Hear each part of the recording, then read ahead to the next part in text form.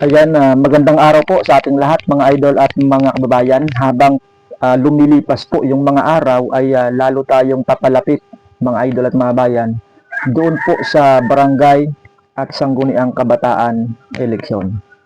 So ngayon po mga kababayan ay meron pong tayo itong si Vice President Sara Duterte doon sa mga kakandidato o doon sa mga barangay officials na tatakbo sa barangay at sangguniang kabataan eleksyon. Ang payo po nitong si Vice President Sara Duterte ay patungkol po sa vote buying mga bayan. Ayan, ito po yung bahagi ng kanyang pagsasalita. Ayan, eto na tayo. Kamot na tayo ng ulo. Saan ako kukuha ng pera? Tapos kakamot na naman ng ulo si Mayor dahil kailangan ni Mayor magbigay ng tulong sa mga kasama niya sa politika. Kamot naman ng ulo si Governor dahil syempre paakyat ng paakyat yan pababa ng pababa din yung tulong. Ito pa. Day 1 pa lang yung ipon mo sa kapag pagpakita mo sa iyong mga kasama sa barangay sa iyong sinseridad sa kanilang welfare o sa kanilang kalagayan ay yun yung ipon mo para sa boto mo.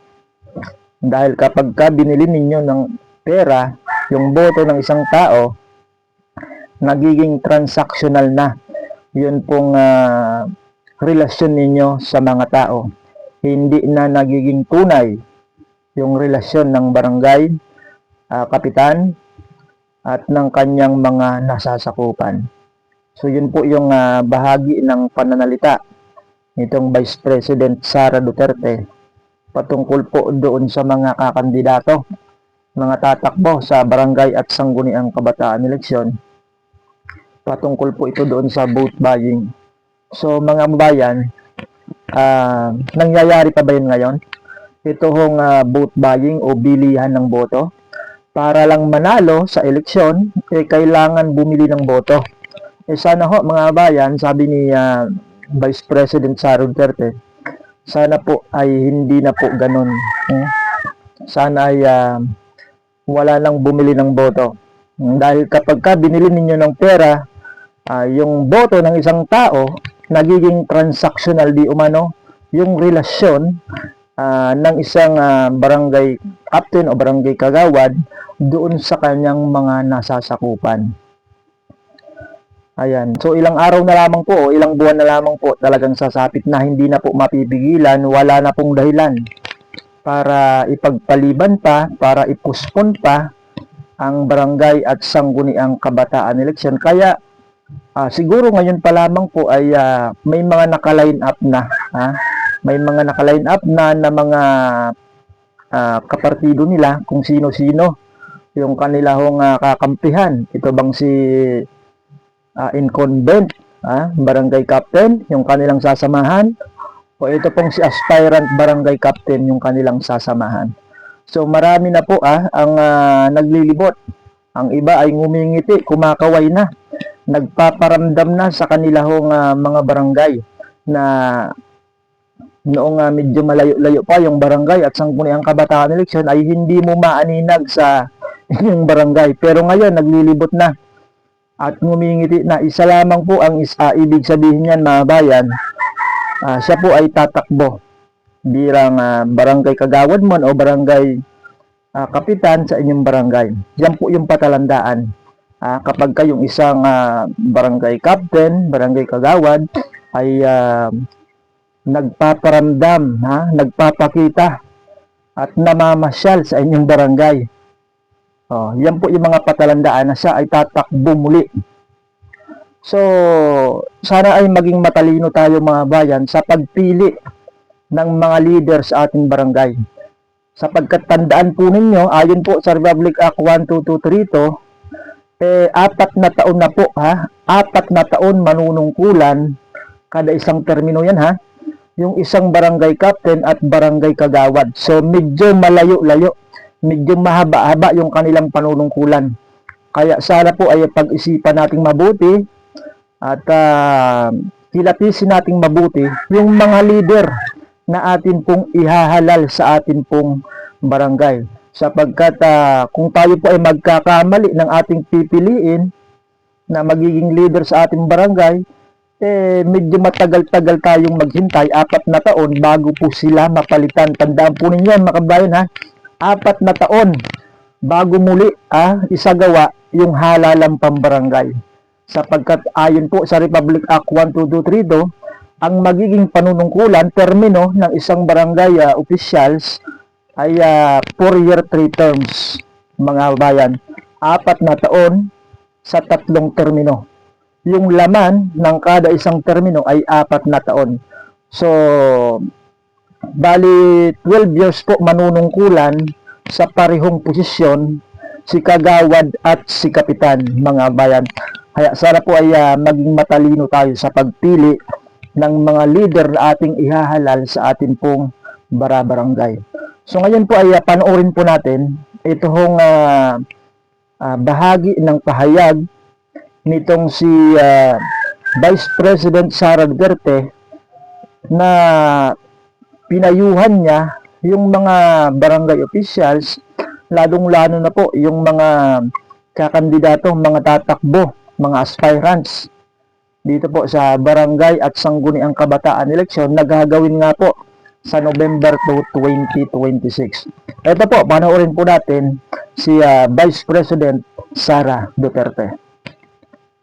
Pinayuhan ni Vice President Sara Duterte ang mga barangay captain at iba pang lokal na opisyal na huwag bumili ng boto sa nalalapit na barangay at sangguniang kabataan elections sa Nobyembre 2026. Si Jason Rubrico magbabalita. Sa kanyang mensahe sa Liga ng mga Barangay Convention Mindoro Occidental Chapter, iginiit ni Vice President Sara Duterte na hindi dapat maging problema ang pondo para sa eleksyon kung maipapakita ng mga opisyal ang kanilang tunay na serbisyo sa komunidad. Ito ay kaugnay sa nalalapit na barangay at sangguniang kabataan elections sa November 2026. Sinabi niya na karaniwang nagkakaproblema ang mga kandidato kung saan kukuha ng pera para sa kampanya. Ito na tayo, kamot na tayo ng ulo, sana kukuha ng pera. Tapos, kamot na naman ng ulo si Mayor dahil kailangan ni Mayor magbigay ng tulong sa mga kasama niya sa politika. Kamot naman ang ulo si Governor dahil syempre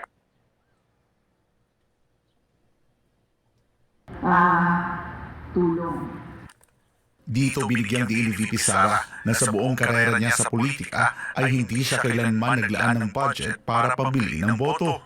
Sa buong karera ko bilang politiko, kahit isang beses, hindi po ako naglagay ng budget para pambili ng boto.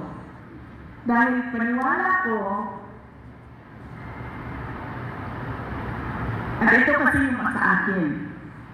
Yung paniwala ko ay inisip ko baka ganito din o dapat ganito din yung paniwala ng mga tao. Ayon pa kay Duterte, nawawala ang respeto at dignidad ng isang botante kapag binabayaran ito kapalit ng boto. Kapag ako bilhan mo ako ng boto, ibig sabihin binayaran mo ako para iboto kita, nawawala yung respeto ng tao doon sa kung sino man yung nagbayad o nagbigay ng pera. Yung taong yan, bigyan mo lang yan ng 5,000, 1,000, okay na yan siya. Wala na siyang karapatan na maglabas ng sarili niyang opinyon. Wala na siyang karapatan sa dignidad niya. Dagdag pa ni VP Sara, mas mahalaga na ipakita ng mga opisyal ng gobyerno na sila ay nagtatrabaho para sa kanilang mga nasasakupan kasabay ng pagbibigay diin na ang tunay na pangangampanya ay nagsisimula sa unang araw pa lamang ng panunungkulan. Ipinaliwanag din niya na bawat araw ng panunungkulan ay bahagi ng paghahanda sa tiwala ng mga botante. Day 1 pa lang, yung ipon mo sa pagpapakita mo sa iyong mga kasama sa barangay, sa iyong sinseridad, sa kanilang welfare o sa kanilang kalagayan, ay yun yung ipon mo para sa boto mo. Dahil kapag binigyan ng